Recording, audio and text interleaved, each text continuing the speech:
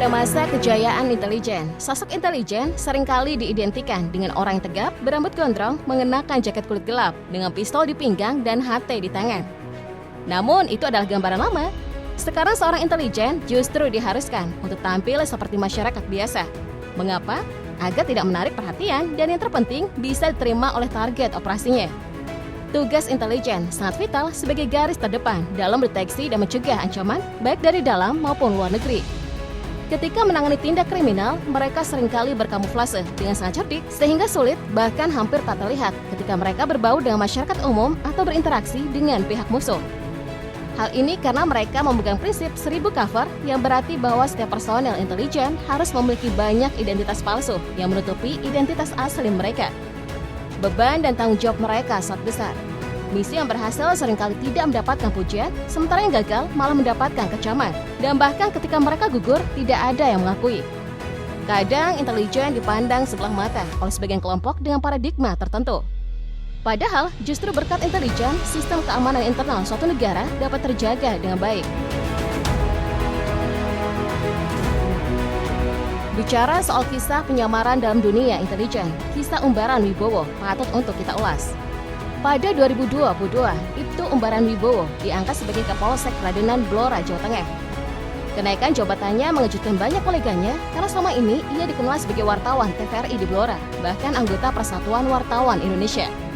Di lingkungan rumahnya, Umbaran yang sudah lama tinggal di Kecamatan Tunjungan Blora juga dikenal sebagai wartawan. TVRI Jawa Tengah pun tidak tahu bahwa Umbaran adalah seorang polisi. Karena selama menjadi kontributor, ia tidak wajib hadir ke kantor dan bisa mengirimkan beritanya dari mana saja. Baru belakangan ini terungkap bahwa itu Umbaran adalah lulusan Bintara Intelijen Khusus dan ternyata selama lebih dari 14 tahun ia menjalankan tugas sebagai wartawan sekaligus menyamar sebagai mata-mata polisi. Ibtu Umbaran ternyata tidak hanya berprofesi sebagai wartawan, tetapi juga sempat menjajal berbagai profesi lain. Pada September 2022, ia diwawancarai oleh sebuah stasiun televisi swasta sebagai narasumber dalam bidang bonsai. Bahkan ia menjadi ketua perkumpulan pecinta bonsai tersebut. Selain itu, ia juga terlibat dalam banyak kegiatan dengan identitas penyamaran hingga ke tingkat desa. Ia pernah menjadi ketua panitia pemilihan kepala desa dan juga mengikuti tes perekrutan panitia pengawasan pemilihan kecamatan. Namun aksi penyamaran yang lebih beresiko dilakukan oleh dua poluan yang bertugas di Polres Garut. Untuk membongkar jaringan perdagangan orang yang memperkerjakan korban sebagai PSK di Bali, Brigadir Poppy dan Bribda Fitria Octavia menyamar sebagai pekerja seks komersial. Kedua poluan ini ditugaskan setelah mendapat laporan dari orang tua salah satu korban. Tak tanggung-tanggung, untuk mengungkap sindikat ini, mereka harus menyamar dengan identitas Dewi dan Bella serta masuk ke tempat hiburan malam. Untuk bisa melaksanakan misi ini, mereka menghadapi berbagai tantangan. Mereka bertemu dan mucikari dan terbang ke Bali. Di sana mereka diwawancarai oleh staf tempat hiburan malam yang menanyakan kesiapan mereka untuk bekerja sebagai PSK. Setelah menyatakan siap, mereka diminta untuk beristirahat di kamar. Begitu dipastikan ada praktik perdagangan orang dan prostitusi, tim langsung bergerak untuk melakukan penyergapan. Brigadir Poppy dan Bribda Fitria segera menghubungi tim Satreskrim Polres Garut yang sudah siap di lokasi. Berkat kedua poluan ini, praktik prostitusi dan perdagangan orang di Bali berhasil diungkap dan para pelaku sindikat diamankan.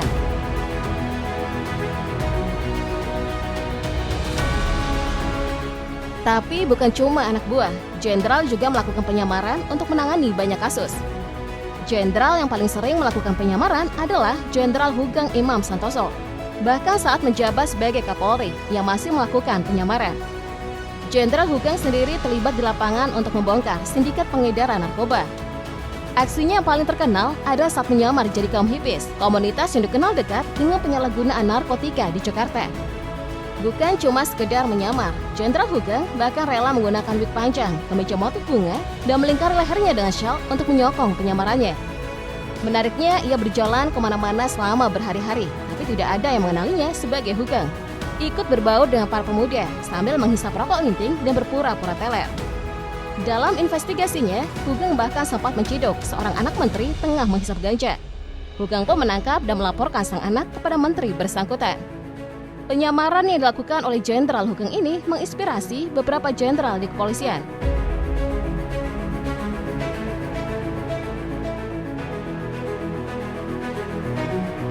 Komjen Soehardi Alyus misalnya.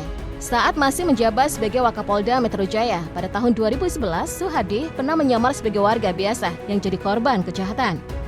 Cuma pakai sandal jepit, celana jeans, dan kaos mendatangi Polsek di Jakarta Pusat. Tujuannya untuk melihat kinerja anak buahnya di bawah. Komjen Arief Sulistianto juga pernah melakukan penyamaran dengan berpura-pura keliling naik sepeda motor untuk melihat kinerja para Polantas saat baru beberapa hari jadi Kapolda Kalimantan Barat. Dari temuannya, polisi-polisi ini menangkap pengendara yang melanggar rambu lalu dibawa ke pos lantas. Saat Arief mendekati pos, ia sempat diusir oleh para Polantas yang bertugas, tapi kemudian ia balik memarahi petugas dan menghukumnya. Arief bahkan membongkar pos lantasnya dan diganti jadi Balai Polisi dan Masyarakat. Atau Irjen Joko Prastowo. Saat bertugas sebagai Kapolda Sumatera Barat, ia juga pernah menyamar sebagai warga sipil biasa, lalu mengemudi di salah satu ruas jalan dan sengaja melanggar rambu-rambu. Bukannya diberi surat bukti pelanggaran, Joko justru diajak negosiasi. Begitu uang diterima, Joko baru mengungkap jati dirinya sebagai Kapolda Sumatera Barat dan segera meminta Kabid Propam untuk datang ke lokasi dan mengamankan si oknum Polantas. Penyamaran ini dilakukan dalam upaya memberantas praktik pungli di Sumatera Barat. Kisah penyamaran polisi di Polda Lampung ini juga cukup menarik. Ia punya trik sendiri untuk menangkap seorang buronan berinisial SR yang menghilang selama 2 tahun. SR ini pada tahun 2019 melakukan pencurian di rumah AKBP Betty Lupieta Muksin yang berdinas di Polda Lampung. Barang-barang seperti ponsel sampai uang tunai diambil. Dari hasil pencarian, SR bersembunyi di bawah kolong jembatan di kawasan Jalan Raden Inten, Kecamatan Tanjung Karang Pusat, Bandar Lampung. Dari hasil penyelidikan inilah, anggota Polda Lampung menerjunkan anak buahnya dan menyamar jadi pemulung. Setelah gerak-geriknya terbaca, anggota Polda Lampung langsung menangkap pelaku. Tapi yang mungkin penyamaran paling berhasil adalah polisi yang satu ini. Ia berhasil bikin kaum adam terpesona karena paras cantiknya.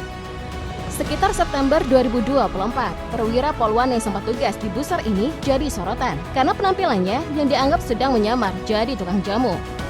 Penyamaran ini dilakukan saat demo di gedung DPR RI menuntut pengesahan revisi Undang-Undang Pilkada. Dalam video yang beredar, polisi ini terlihat melayani para pembeli dengan menuangkan jamu ke dalam gelas ke para demonstran dan di tengah-tengah gerombolan aparat kepolisian. Namanya adalah Ibda Febi Laveri, lulusan Sekolah Inspektur Polisi Sumber Sarjana. Ibda Febi diketahui bertugas di Satuan Reserse Narkoba Polresta Surakarta. Aksinya ini pun mendapat beragam reaksi dari netizen.